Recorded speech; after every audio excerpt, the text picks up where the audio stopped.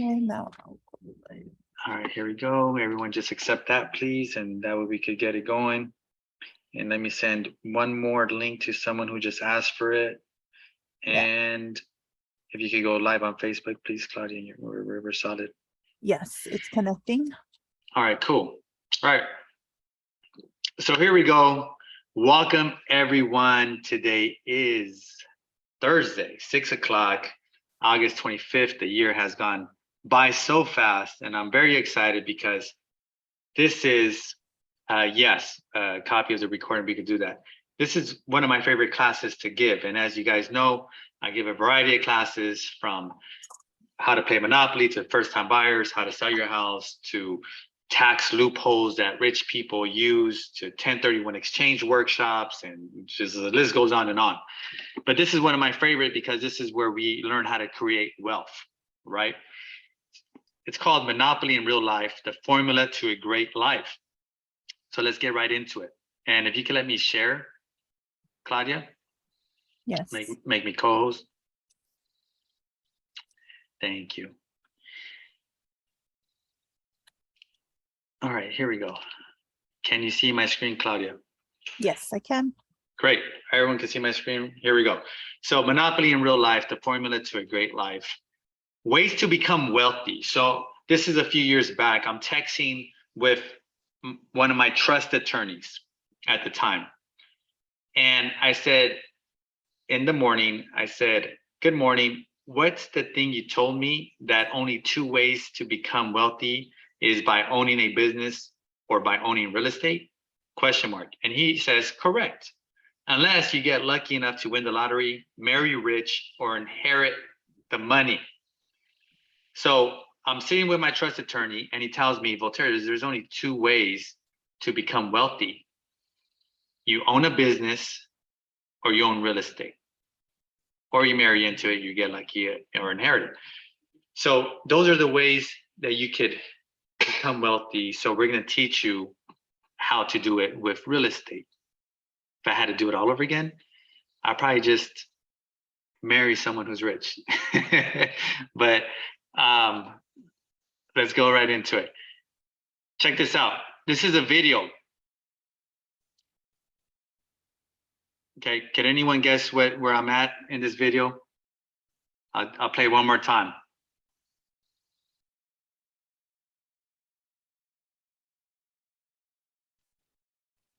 Claudia, if anyone answers anything, let me know. So this video, guys, I took a couple weeks back. Sunday morning, 7 a.m., I took a stroll. Someone said, oh, sorry. Someone said Playas de Tijuana. No. So close though, same shore. This is Torrey Pines Beach in Del Mar, La Jolla. Not La Jolla, Del Mar. So I'm gonna exit. Oops. I'm just gonna exit this screen real quick so I could talk to you guys so you guys could see me. So I'm chilling, walking the beach with my uncle a couple weeks back. You know, we spent the whole morning together. There wasn't any worries. I wasn't checking my phone other than to take this video. And we spent the whole morning together, and then we went to lunch and we had some lunch and we were enjoying life. You know, he owns a bunch of apartments. I own a bunch of apartments. And it was one of those things where it kind of struck me. I'm like, wow, you know, I could literally do this for the rest of my life. Forever. Just enjoy my family, enjoy my friends, experience life, do what I really want to do. Because I don't have to work anymore because I'm in that position because of playing Monopoly with real estate in real life. It got me to this position. So that's why I say, you know, you play Monopoly in real life to get you to the life that you want to live. And just experiencing, you know, quality time with my uncle this Sunday morning just made me really be thankful that I'm in this position and that I really played Monopoly with real estate. And that's the whole point of this class. I want you guys to be able to experience that and to wake up without having to worry about money. Because once you get to that point, it feels amazing to just not have to, stress out about it, because I know how it is. I've been there where you're stressing out and just thinking about bills and income that is supposed to come in or hasn't come in or is going to come in. So that's my experience there that Sunday morning. So just wanted to share that with you guys. Some of you guys know me, some of you guys don't know me. This is a quick little resume or bio on me. Born and raised here locally, San Diego, Logan Heights area. I started real estate in 2002 with my uncle, residential, and I'm a commercial broker, property manager. There's about 16 agents here at the office that I manage. I've taught financial literacy to adults and children alike. And I became a millionaire at the age of 32. And I've reached a retirement level to where I don't need to work. I have enough money coming in from my properties. I have enough equity from my properties. And I've given, I don't know if I mentioned it, but I've given over $100,000 to the community here locally to help the kids and different programs. So that's who I am, what I'm about. Today's goals, I want everyone to apply the following steps that I'm going to teach you in order to be able to one day retire or not have to worry about all the money. And I want you guys in the future to call me, text me, DM me, just saying, hey, Voltaire, you helped me live a better life because I joined one of your workshops. So that's today's goals. That's what that's one of the reasons why I'm still working is, it makes me feel good when people live a better life because of something that maybe I taught them. So today, this is going to be the agenda. I'm going to teach you the formula to live a better life and to play Monopoly. So these are the different chapters. First chapter, how to build a solid team around you. 1, 2, we're going to talk about your finances, on how your finances should look in order to start playing Monopoly. We're going to talk about your income. What type of income do you need? We're going to talk about mailbox money. And then I'm going to show you how I made my first million. And I'm going to teach you how to identify a deal. From there, I'm going to tell you one of my favorite stories, which is the plumber story, one of my clients who play Monopoly. And then we're going to talk about what's your retirement number and how to even come up with that. And we're going to talk about being comfortable. A lot of us are comfortable and that really kills us. And then I'm going to give you centimillionaire advice. One of my wealthiest clients out there whose real estate portfolio is over $1 billion. I'm going to share with you the advice that he gave me and he gave a bunch of kids in order to be successful and be wealthy. All right. So the first thing, guys, and you guys should be taking notes to help you with this, is you got to build a solid team around you. Who do you need on your team? You need a good lender to help you with the financing. You're going to need a good accountant, a financial advisor, a trust attorney, a real estate attorney, a bookkeeper, and I'm going to skip escrow and title because if you're just an individual looking to play, then your realtor could hook you up with an escrow and title officer. Then you need a good insurance agent and a good mentor to teach you how to play, and a realtor. So you need a solid realtor in your team. So the main guys that you want for now, the rest you're going to need over time. But the main ones, you need a solid realtor, a good lender. Okay, those two people could connect you with the rest of the people. Okay, now above all, guys, this is important. They must own and believe in real estate investing. If your lender, if your real estate person does not own real estate, then you probably want to interview for some other people. Okay, why is this so important? Because I've had people on my team that didn't own real estate, me as a real estate broker, and it just never goes well. They don't understand it. They don't want to support me. They wonder why I'm taking on debt, right? So whoever's on your team, guys, this is very important. They have to believe in real estate. Here are some must-have characteristics of people on your team. You can write these down. One, they must answer their phone. So they got to call you back within 24 hours. So nobody can like little guy you or pretend that they're bigger or just not want to deal with you. You need somebody on your team that's going to be returning your phone calls. They must have a track record of wanting to build a real estate portfolio. They must have a can-do attitude. They must be willing to share openly. They must love education, and they must want you to win above all. So they always have to be educating themselves. This little side note on this education part, this is huge.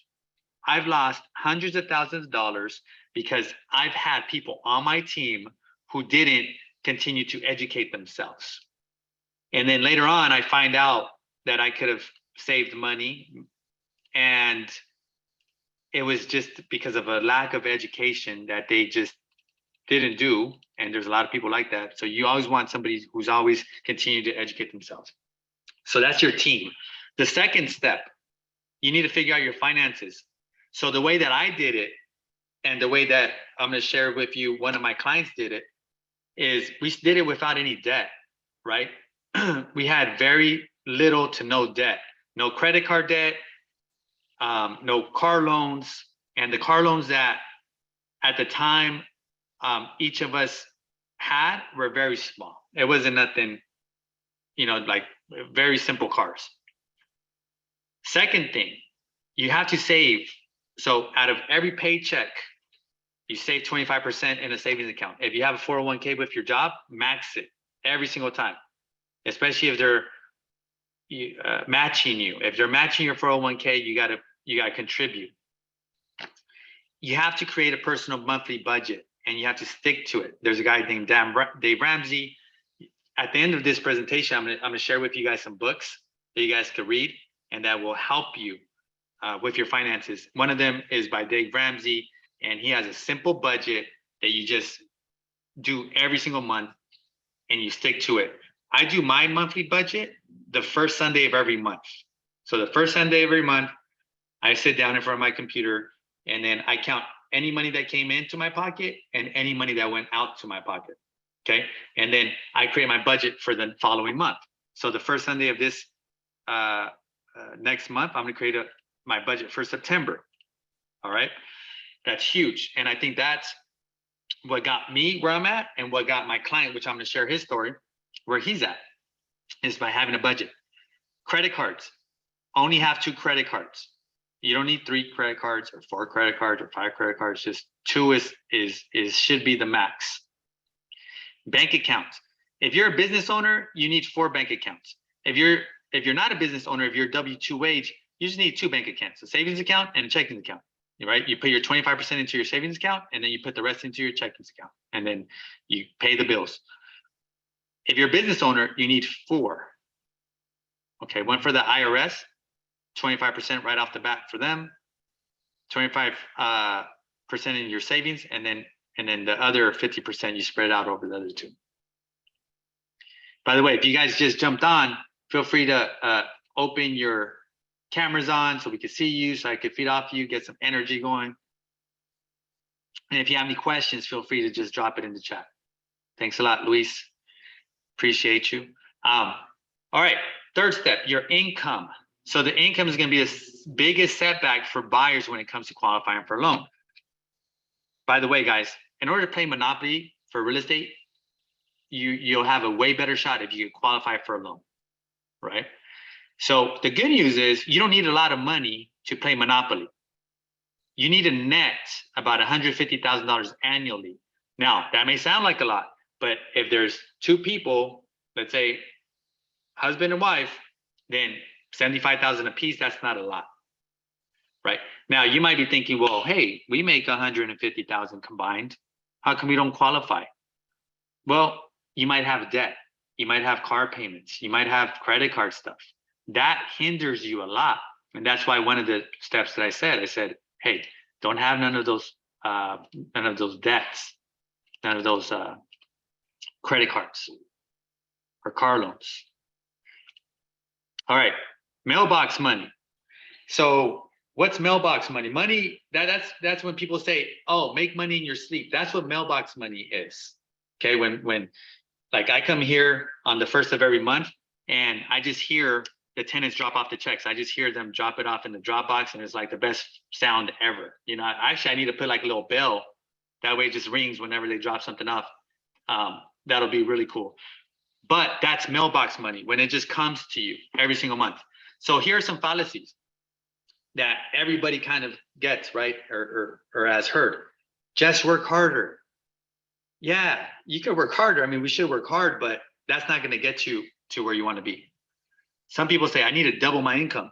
Now, that might be true, or you just need to get rid of a bunch of debt that you have, pay it down, or even find a partner. You know, up to 10 people or up to 9 people I've seen on a loan application before. So you could partner with different people and buy real estate, believe it or not. You know, it just doesn't have to be you or you and your spouse. It could be a lot more people. I don't know how many people, but I think at least 10 people you could get up to that amount. A lot of people say this, it's too late for me. Sorry, it's too late for me. That's a fallacy, guys. It's never too late. You know, so don't worry about that. Hold on, what did I do here? I'm gonna try this for the first time. Oh, okay, there we go. So it's not too late.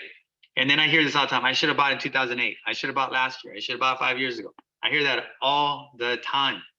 And guess what? I started buying and holding real estate in 2014.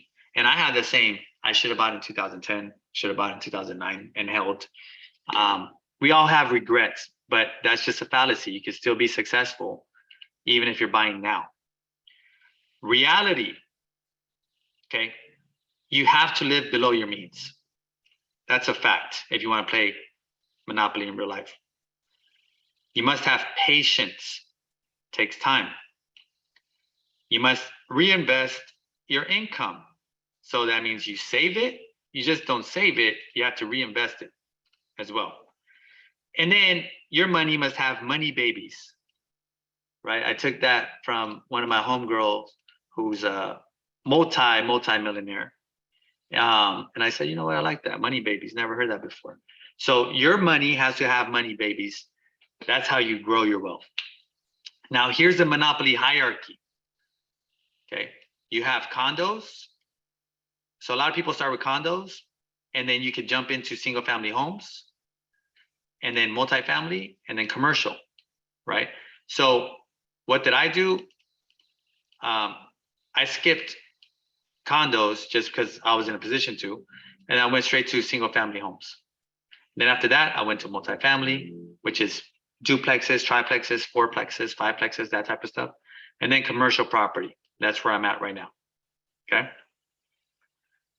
All right. 5. So this is, how do I undo this? All right. My first million. Why invest in real estate? Claudia, you could figure that out, right? So this is why I invest in real estate. Reason number 1, there's 6 ways to make money in real estate. Most people just know one way, which is rent. Yeah, that's one way, but it's not the only way. I also make money through appreciation, what's happened over the last few years. The third way is inflation, what's happening right now, right? So inflation's, the government's saying it's above 9%. So that helps me. Okay, so just so you guys have an idea, between item number 2, appreciation, item number 3, inflation, last year, I gained over $1 million in equity. I didn't have to do nothing. I didn't have to work harder. I didn't have to, go out there and do things for that money. I didn't do anything. Appreciation and inflation did that. The next one, principal pay down, right? Every month, your tenants or you're paying down your mortgage. So it's a built-in piggy bank. The next way that I make money is through interest deductions. I get to deduct things on my tax returns. And then the 6th way is depreciation, right? So I get to use depreciation against my income. So if I make a lot of money and I use certain depreciation tactics through ownership of investment properties, then all of a sudden it brings down my tax base a lot. And in this case, this is going to be my first year in 20 years that I don't have to pay taxes.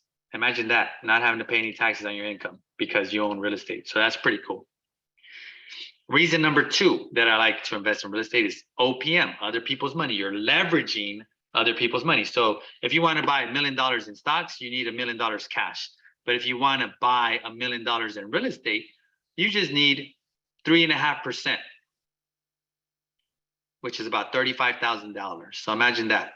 So I control $1 million asset that's going to make money through rent, appreciation, inflation, principal paydown, depreciation, all these 6 ways. And all I need is $35,000, or if I want to put 20% down, then I need $200,000, but I don't need that full million like you do when it comes to stocks, okay? The third reason I like it is because you can recycle your down payment over and over and over. So I'm going to show you guys how I recycled my $50,000 that I started with over and over, and eventually it turned into $1 million. So I'm going to show you guys that today. So this is how I made my first million. So this is the first property that I bought in El Cajon, a 3-bedroom, 1-bath house. Back then, this property was worth about $250,000-ish. It was a fixer. It had really bad tenants, which I went in there and got out. But I bought this property with $50,000 down. That's what I started with, 50K. And then I bought it in 2014. A year later, I refinanced it. So this is what I say when I say recycling your money. I pulled out my original 50,000 plus another 20,000. So I pulled out a total of $70,000 after buying this property. And I used the 70,000 to buy the next property, property number 2. And let me clear this real quick. So let me share with you property number 2. Property number 2, property in Logan Heights. I put $46,000 down. So what did I do? I used the same 50,000 that I used on the previous home on property number 1 when I refinanced it. By the way, refinancing means you're getting a new loan against the property and you're pulling money out, okay? So this property I bought for $230. At the time, this property was worth about $275. Again, it was a heavy fixer. And I purchased it in the summer of 2015 with the money I used from property number 1 refinance. And then a year later, I refinanced this property, and then I pulled out $125,000 from this property, okay? 125. So I pulled out my original $50,000 plus another $75,000, and I bought property number 3 with it. Okay. Now, in 2016, I bought this property, and I bought it with the original $50,000 down again. Do you see what I'm doing? I'm recycling my money over and over using the same $50,000 because I keep refinancing. I pull the banks lending me money from my properties. And then what I did was I leveraged this property and to buy property number 4. So basically I put a loan against this property to buy property number 4, which is the next one, which I'm going to share here with you. We have a couple questions. Sure. 50K with hard money or private lender? Conventional. So I'll go into a couple of things not to do. And one of them is use hard money. You only use hard money if you know what you're doing and if it's a killer deal. Because if you don't know what you're doing, you could get in trouble with hard money. You could pay too much interest to borrow that money. Good question. And then it says property number 2, how much was the rehab? Property number 2, the rehab on this, do I have it on here? No, but I think on this one I spent about $50K Yeah. Next question, did you buy each one of those as owner occupied every time? No. So there's two ways to come up. The way I'm showing you right now is the investor come up. The way I'm going to show how my client did it, who is a plumber, he did it owner occupied come up. So so that's how I did that. And I'm going to come back to these answers real quick because I do have my plumber on this Zoom and he's going to answer a couple questions for us. Okay. So I'll come back to these properties so I could answer those questions for you guys. Okay. Property number 4. So I used property number 3 to buy this property. Okay.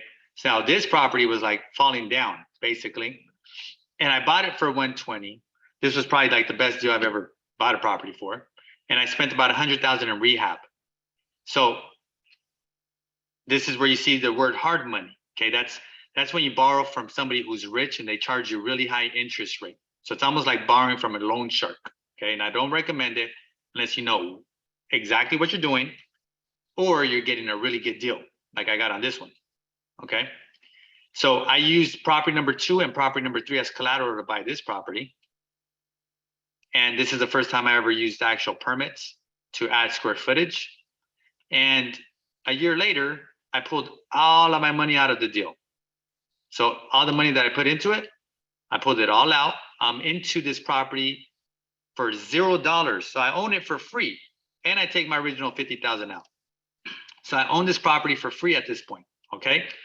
That's amazing. You could end up by taking out loans the right way, not the wrong way. You could end up basically having a property for free. And then property number 5, this is a 4-plex.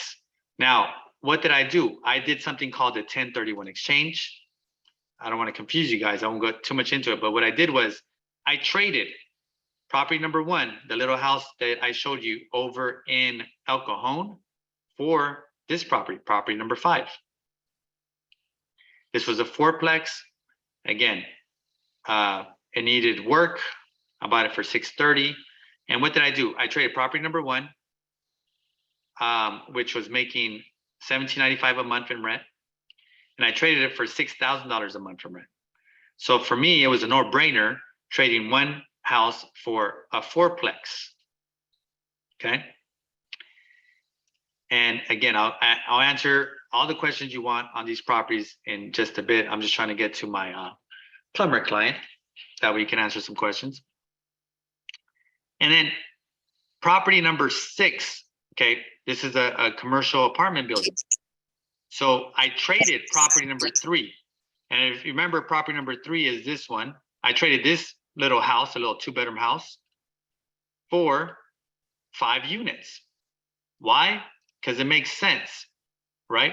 I used all of the equity that I had in property number 3, which was about $275,000, and I traded it for this property. I put it as a down payment. So it's called trading, okay? So just like Monopoly, I'm trading small houses for 4-plexes, for 5-plexes, for bigger properties, okay?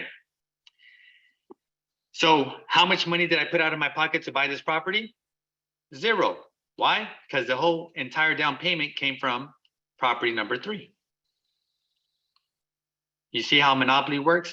It cost me 0 to buy this property, guys. So what did I trade? I traded $1,800 in rent that property number 3 was giving me for $6,700 in rent. Great deal, right? Because I have 5 tenants paying me. All right. So this is 8 years later. This is me standing on top of a building, commercial building that I own, and I own this billboard. So this is my first billboard property. I own all of this. And my $50,000 that I started with, I used it, I leveraged it, again, other people's money, OPM, in order to buy good properties. And I kept refinancing my original money out of the deals. So I'm into these deals for $0. So my original $50,000 turned to about 2.9 million in equity. Okay. But guess what? There's more. With other cash funds that I saved during that time, I repeated this process over and over and over with other streams of income. So it's not like I just, had, one stream of income with the 50,000. No, I saved up more money. I had my next 50,000 or my next 100,000, and I was putting down payments on properties, and I'm starting other streams of income. So, I'll share with you kind of how that looks like now. So before we get into that, let me share with you, because I know my plumber client is on and he needs to go. I'm gonna get back and show you how to identify a good deal. But this is my plumber client, okay? So remember, guys, the first way I just showed you, I was buying it as an investor. I never lived in any of the properties. I was buying it as an investor. Now I'm going to show you how I should have started. I should have started like my plumber and started a stream this way, but I didn't figure it out till years later that I should have started just like my plumber did. So this is my plumber.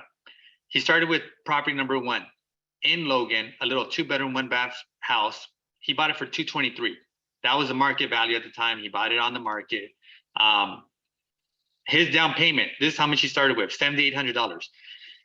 So we're going to show you what $7,800 looks like years later. Okay, so he bought it in 2013. He refinanced it in 2017. In 2017, he pulled out $50,000. Okay, remember, he only invested $7,800. But 4 years later, he pulled out $50,000 from this property, and his property, he still owns it, right? His monthly payment is $1,799. He has a tenant in there that's paying him $2,650, and he has a gross profit of $851. His plan is to convert the garage into an ADU. That's what he's working on right now. But let's look at property number 2, because remember, he pulled out $50,000 to buy property number 2. So let's check that out and see how that looks. Now, by the way, he lived in here. He had a necessity. He was married. He had a family. He needed a home. But then his family grew. So now he needs another home. Okay? So what did he do?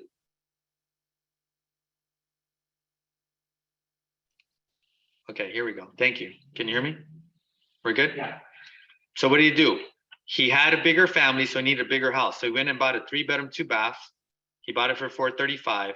He used the same first-time buyer program again. So he put down $15,000. Now remember, guys, where did he get this $15,000 from? From his refinance, from property number 1. So property number 1 bought property number 2 for him. Okay, so here we go. He purchased this property in 2017, then he refinanced it 4 years later. His monthly payment is $2,450 for this property.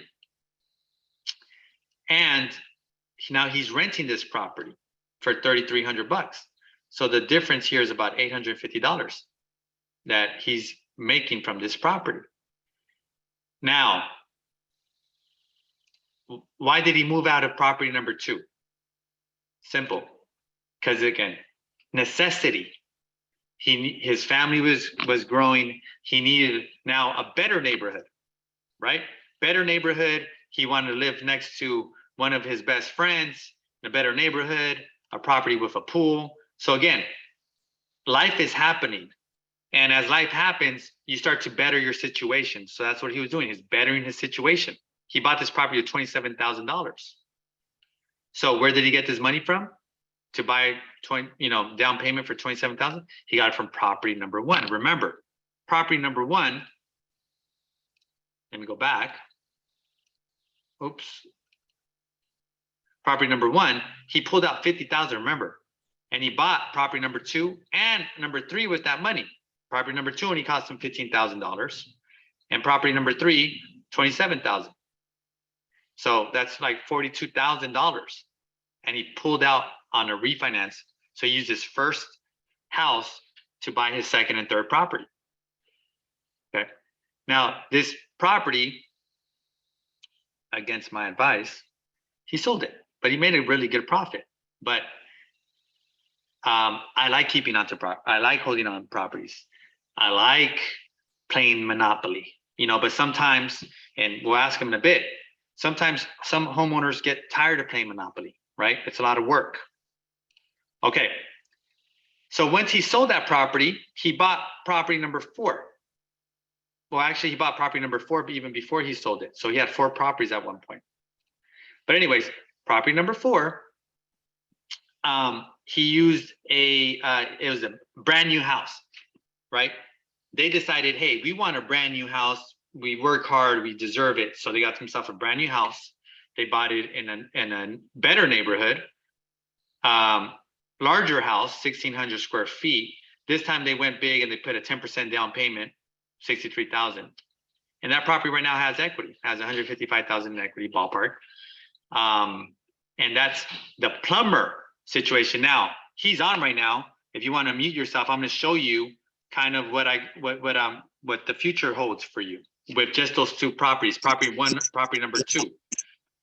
You know what? I think you're trying to talk, but I can't hear you. Well, I just unmuted myself, but I was listening. Oh, there you are. I can hear you. So check this out. This is what it looks like with those 2 properties. I'm not counting the one that you live in or any of the money from the profits that you made from the sale of property number 3.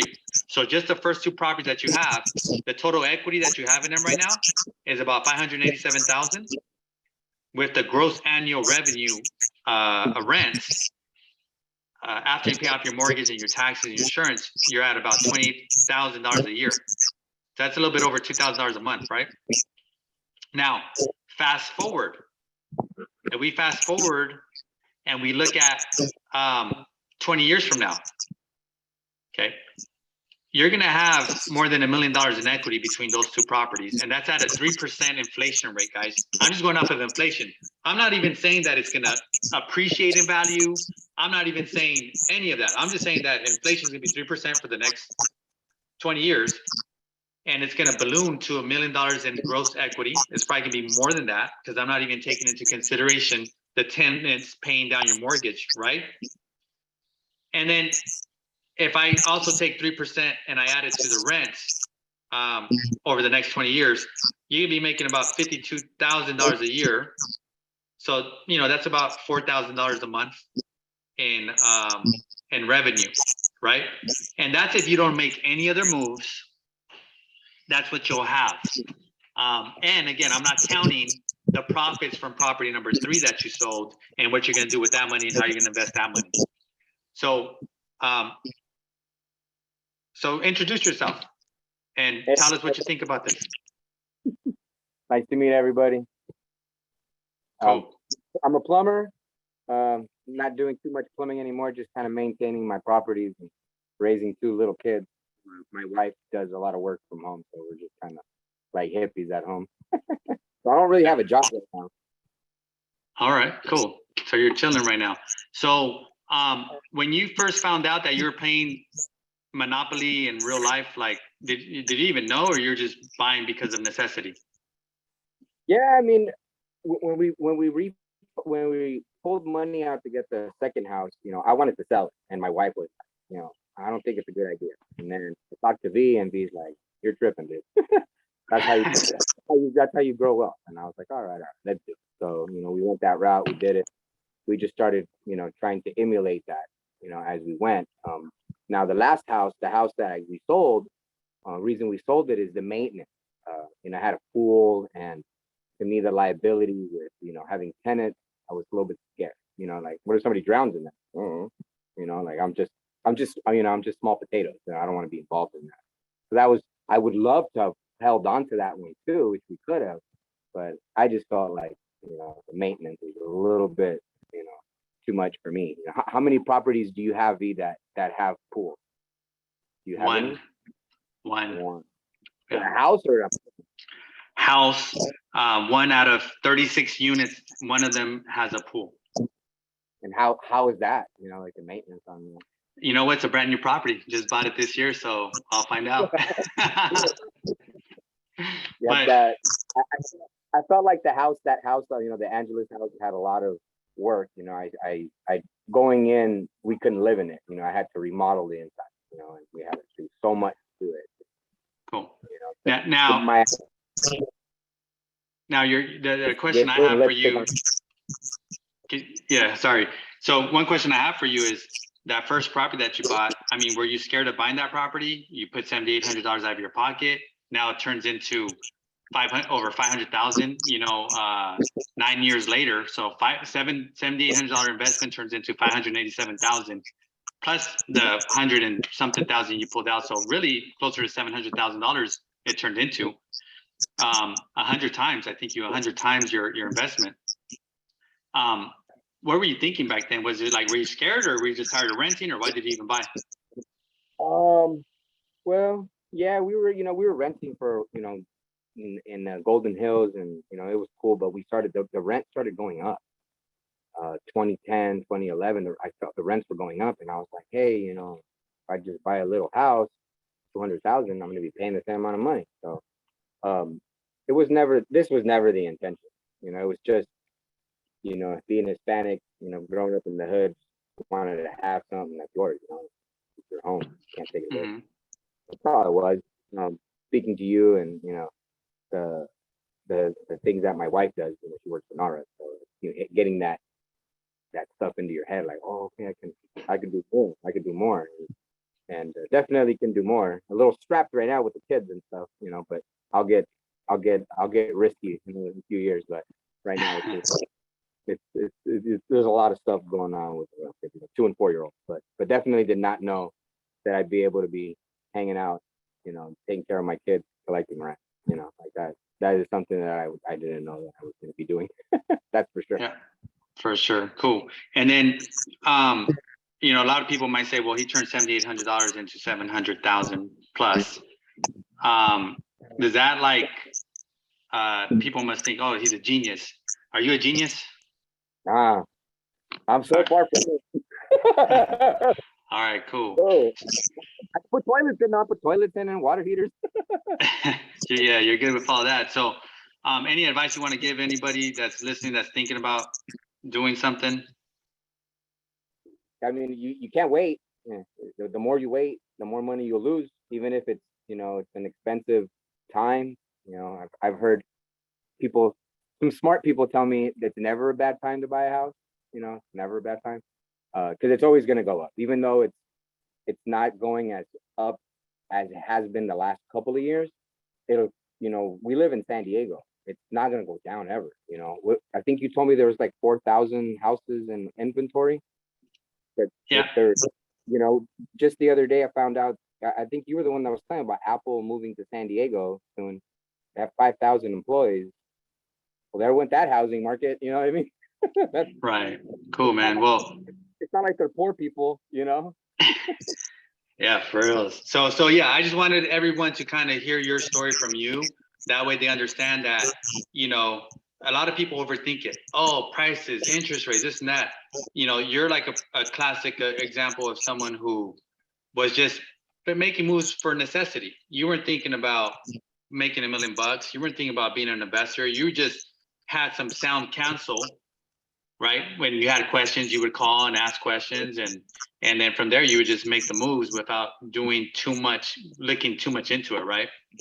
That was crucial. I have some good people that I trust, so I can legit go, oh, okay, they know what they're doing. So you always have to, listen to people that do better than you, and if they're doing better than you, they obviously know what they're doing. I always hear people give advice and they don't even have a house. It's like, you don't even have a house. It's kind of tough, Yeah. to get advice and don't have a house, people out there, they'll kill your dream. So I never tell anybody anything until the actual house is closed, because I always feel like, you give out positive things, and people are scared, and their dream crushers out there. You tell people your dreams, they'll crush it. Real stuff. Yeah, 100%. I was reading something yesterday that said, dreams are so fragile, especially when they first start, because, a small oak tree, a little child could rip it up. A little baby oak tree, they could rip it up from the ground. But once an oak tree establishes itself, not even a storm could take it down. And that's just like a dream. When you first, people around you are going to be the dream crushers for the most part. right? Because they're the first ones to even hear your dreams because you trust them the most. So if those people are around you and they're crushing your dreams, you got to change that. So you want your dream to get bigger and bigger, like an oak tree, to where even if people start throwing, shade on it or whatever, it's not going to crush your dream. So thank you very much. And one last question somebody has is, when you were buying, what was your financial situation? Were you the only one qualifying, or was it you and your wife? Yeah, it was both of us. I had a job, she had a job. Cool. To qualify for something like that, it was in $210,000. Now, everyone's making more money, but definitely the first thing you got to do is make sure your credit at 700. So then you get your best interest. So, credit's key to the city. For sure. Yeah, for sure. Well, cool. Hey, I know you got to jump off, man. Thank you very much for your time. I'm sure you inspired some people today. So I appreciate you taking the time to just jump on. You got it. All right. Good luck, everybody. All right. Peace out. Peace out. All right, guys. So you heard it straight from his mouth. This was his his story, and he made over $700,000 in, from a $7,800 investment. And I wanted you guys to hear from him too, because look, I'm a professional, right? This is my 20th year in real estate. It took me more time than it should have, 12 years to figure it out and to really start to understand it and get with the right people and have the right mentors and the right team to start building my own stuff.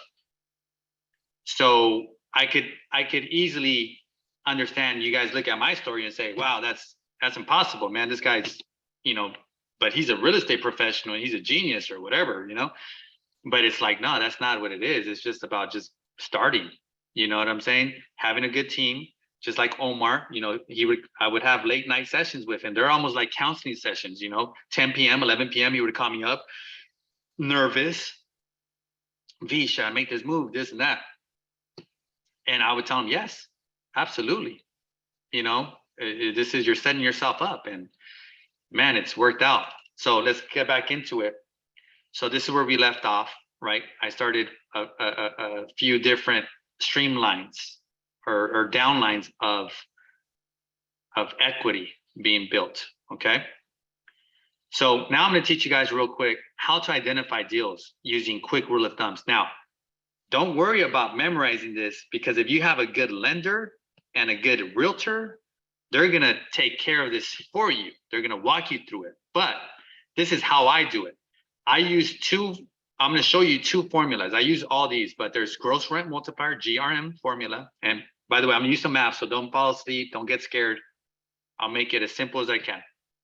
Then I use a PSF, which is per square foot value. Then I use cap rate, IRR, DCR, which I'm not going to get into because those are classes in themselves. But when I look at a property, I'll show you the first way to do it, easy way. Okay, per square foot method.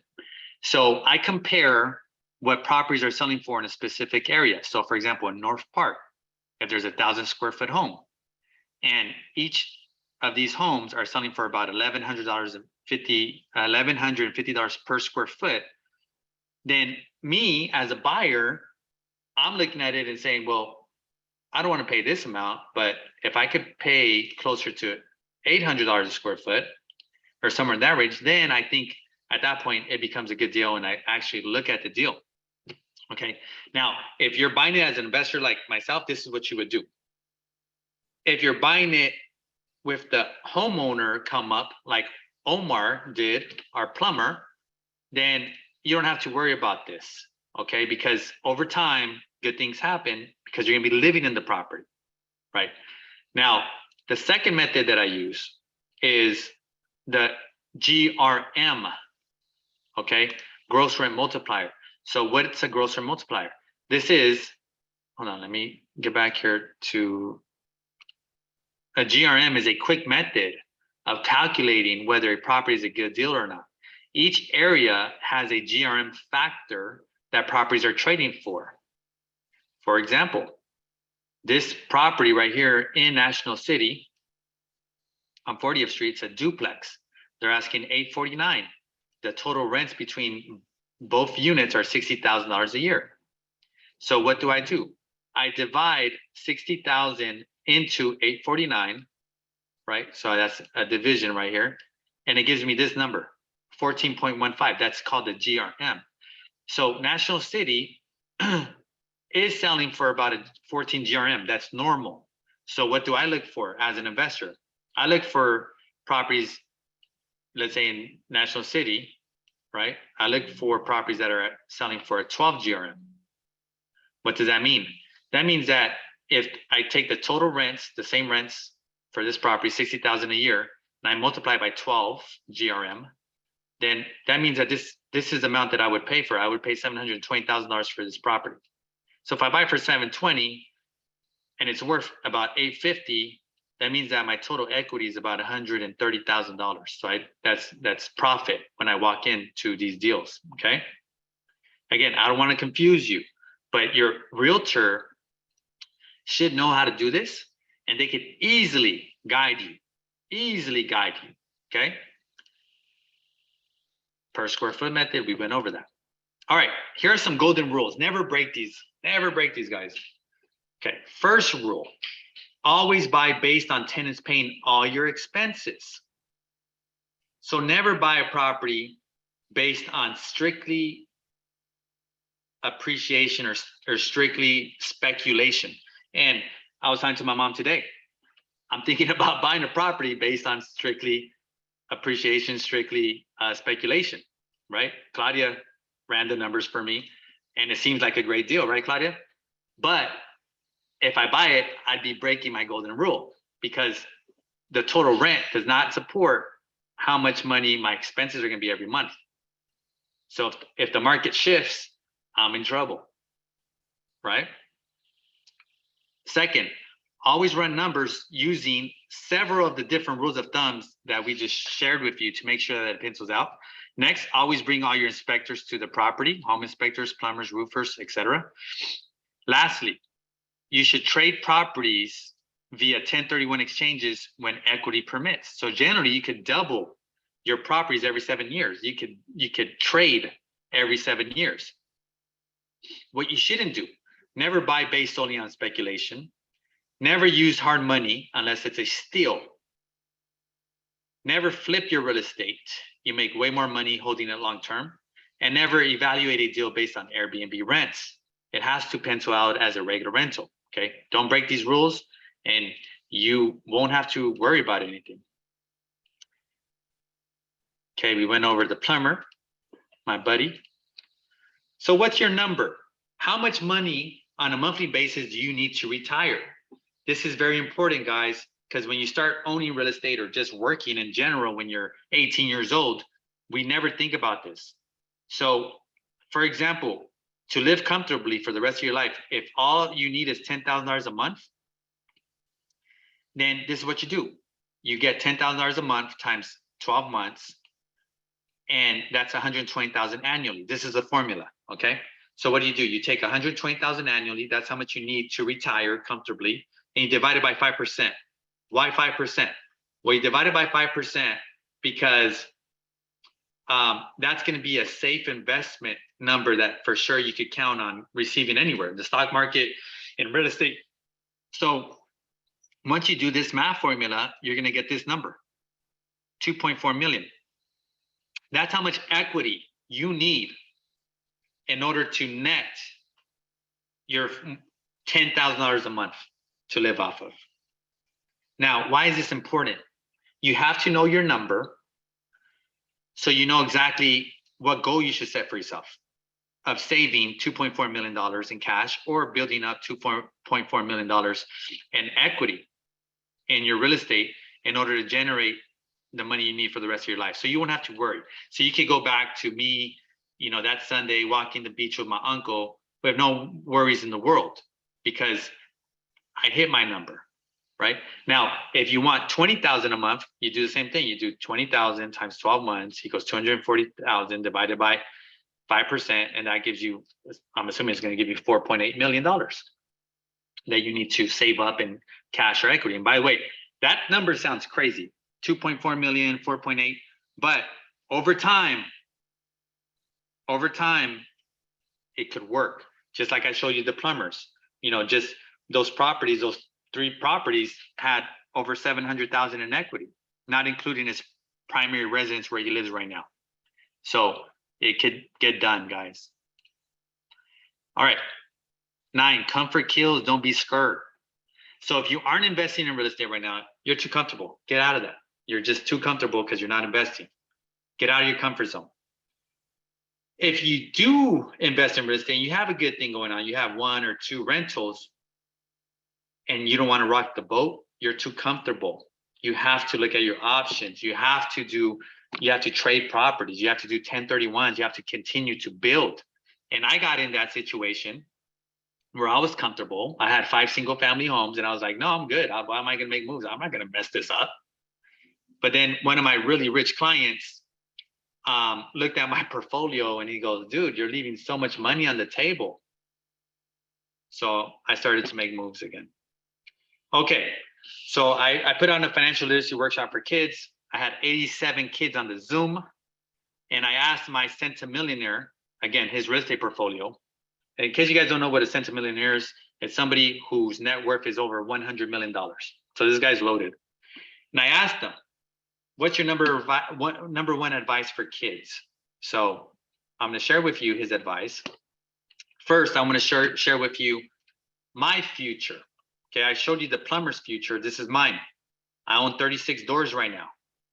I'm building another 32 right now on those same properties that I own. I'm not buying properties just to build. No, I'm building in my own backyard.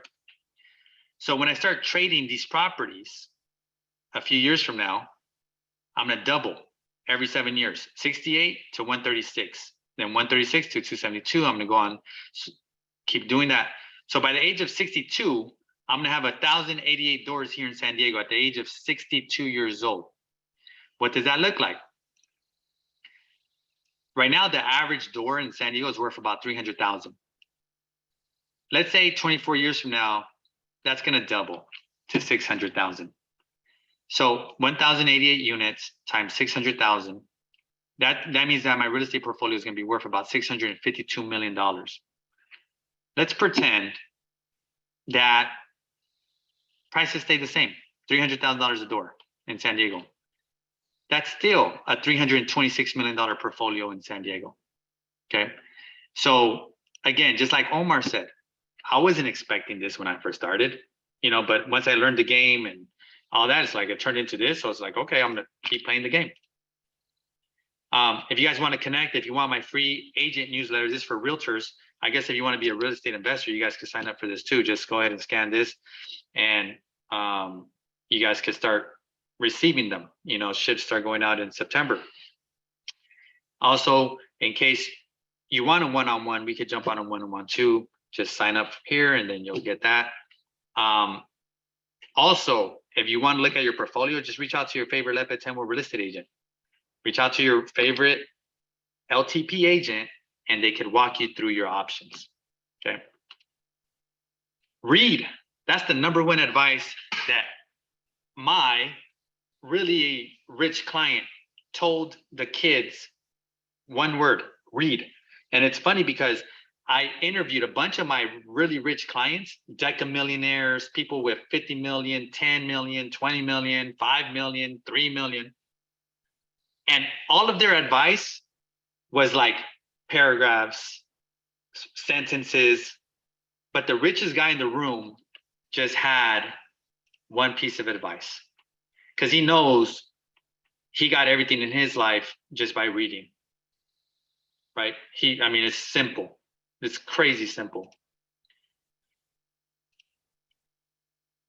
These are some must-read books. These are some books that help me understand real estate a little bit better. Rich Dad, Poor Dad. That's a classic. Definitely read that. Automatic Millionaire. This helped me figure out what I just shared with you guys, how to play Monopoly, And he goes over in detail, basically what I did, what my plumber client did. And then the last one, Dave Ramsey, Total Money Makeover. This is for people who might have some debt. This is going to teach you how to get out of debt. It's going to teach you how money works. Okay. Now, the only thing I don't agree with this guy is that he doesn't like debt at all, where I do like debt. I like real estate debt, mortgage debt. I don't like credit card debt or car loans or student debt or any of that. But I love real estate debt, just like this guy loves real estate debt. So anyways, just a heads up. All right. There goes again the QR code if you want to connect. You can go ahead and sign up there. Now we're going to open it up to a quick Q&A. We're at the hour. And Claudia, if you want to check Facebook too, in case there's any questions there. But we can start getting right into it. Someone says, gracias, you're welcome. All right. Yeah, I like one of the top agents in the county is paying me rent on that billboard. So it works out great for both of us. Let me see. Great class. Any questions? Any questions, Claudia, that you see up here? Anything? You can unmute yourself if you have a question too. Raise your hand. We could unmute you. It's all good. I want to share something. Sure, Luis. Oh, yes. I think it's great that you're sharing the information for anybody who, and I appreciate it, really. It's really an eye-opener. It really makes big moves, it's going to cause a lot of action on my part and hopefully everybody here. I've read some of this similar with the Rich Dad, Poor Dad friend of his, Ken McElroy. Yeah. It sounds a lot of the information you're sharing is something he shares as well. But man, you explain it and break it down real well in just a quick 1 hour, 30-minute video. Thank you. Thank you. Appreciate the feedback. And yeah, 1 hour. We're not at 1:30 yet, but feels like it, huh? But I appreciate the feedback. Someone asked, how do you put a property as collateral? I just put a loan against it. I put a loan against it without actually pulling out the money. So there's some lenders that would do that. They would just take your property as collateral, just like in real. If you ever played real Monopoly, like the board game, it's weird because I never really paid attention to rules until I played it a few years back with some friends. And you can mortgage your properties. You can put it as collateral, like the little board game. It's pretty cool. So if you play that game, it's going to teach you a lot about real life Monopoly as well. All right. What other questions, Claudia? Anything? There's another one over here. Okay. What is it? Let me see. Any advice for small business owners wanting to use their business as income? Get yourself, just like one of the second steps, I think, get yourself a good bookkeeper and a good accountant. Because as a small business owner, in order to make money, and that's how I found out the hard way, when I was trying to get loans in 2010 and 11, the best times in real estate, I couldn't because I wasn't claiming enough income, right? So as a business owner, you have to claim income, and it's about $150,000 a year net. And there is ways to offset that income if you have a really good accountant, but that's my number one advice. Get yourself a good bookkeeper and a good accountant, plus a good lender. Your team needs to be solid. Thank you. Did we have a question? Claudia, anything? No, just really good feedback. Cool. Thank you. I have a couple people emailing me their emails, so I will be adding those to our newsletter. Cool. One of the feedbacks says first stall Monopoly workshop. So I did my first Monopoly workshop in 2020. He was there and he said, from then it changed my spending habits. So I save way nicer down payment for a property. I can do the same soon. So cool. That's what it's about. So you can learn and, inspire to save and grow. Yes, there is a question. Someone who unmuted themselves. Yeah, Jen. Oh, yeah. Jen, I have what's up, Jen? Hey, thank you for tonight. This is really good. I'm on track. Something that you said was really interesting about going into business with friends with investments. Like, I know I'm single and I want to jump on this train, but it sounds like a really cool opportunity, but it also sounds like it could be really messy. Have you done business with friends, and how would you advise towards that? So look at, I have 36 units, 5 of which of the 36 I have with partners. One partner is family, and the other partner was a friend of a friend. And both right now are good. You know, with the family part, it was a little choppy for a little bit. With the friend of a friend, it was perfect. However, on those 5 units that we own together, I haven't made any moves since I bought them. Okay, so compared to the other properties, I've been making moves all along because I don't need nobody's consent. You know, we don't have to agree on that thing. There's no issue. If I want to make a move, I make a move. If I want to improve the property, I improve the property. Where the other ones is like, you know, if we want to improve it, you know, it's like, okay, you got to get a consensus. And even on one that I'm thinking about that I own with now a friend, we have so much equity in it, you know. And I hit her up maybe last year. I said, "Girl, let's do something with this. We could double, triple this." And it's, you know, her first only investment, and she's like, I don't know, you know, it's kind of nervous, you know. So I'm like, cool, whatever, just no big deal. So what I would suggest is, if you can do it on your own, do it on your own. If you can't, then partner up with someone, write everything out, write a business plan out. That way up front, you say, okay, well, look, at every 7 years, we're going to trade properties. Or once we get to this much equity, we're going to start trading properties. Because it's hard enough owning it on your own, because you get emotionally attached to these properties and you don't want to trade them and you don't want to risk. But if you have 2-3 people involved, then it gets, you know, a little bit tougher. Great question. Thank you. All right. What Someone's else? asking, do you use DSCR or full doc investment? I use full doc investment because years ago I ended up getting a good bookkeeper, getting an accountant, figuring out my own personal income, so I could qualify with.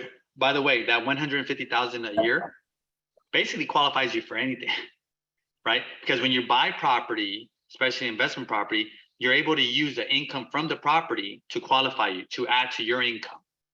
So again, you don't have to be rich or make a lot of money to qualify for these loans. You just have to be somewhere in that range, 150. Obviously, the higher the better, but if you buy the right property, you could qualify to buy multiple properties. So I haven't got into the DSCR loans.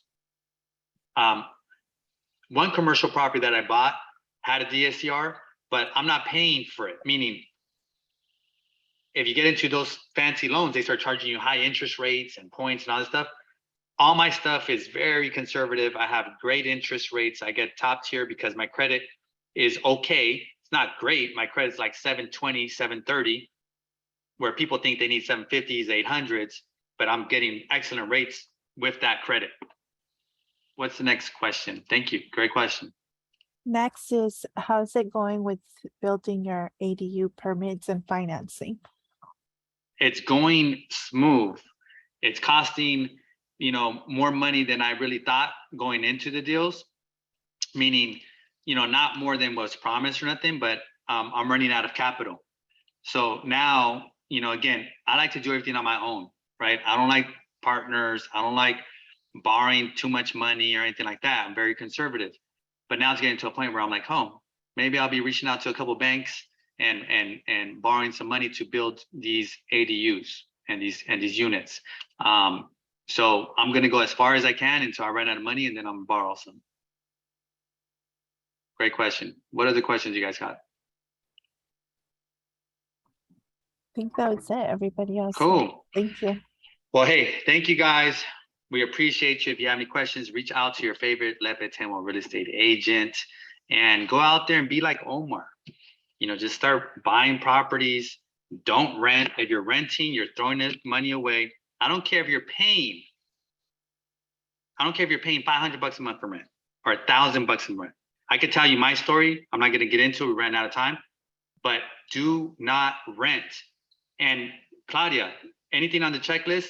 I do want to remind you of a financial literacy workshop that we're putting on for kids, October 8th. It's a Saturday. It starts at 8:30 in the morning. It ends around 12:30 in the afternoon. It's going to be a boot camp.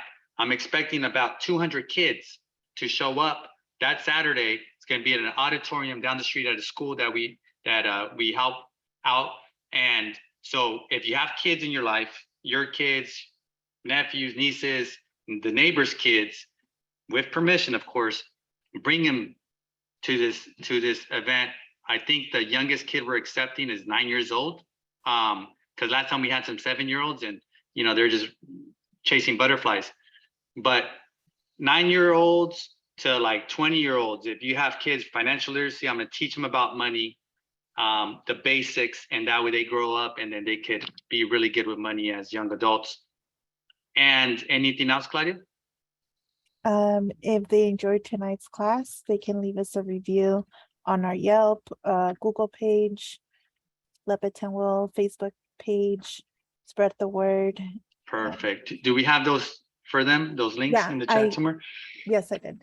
Okay, added- so cool. And thank you to Claudia. She's been behind the tech, assisting me tonight. So appreciate your time and coming and helping out. So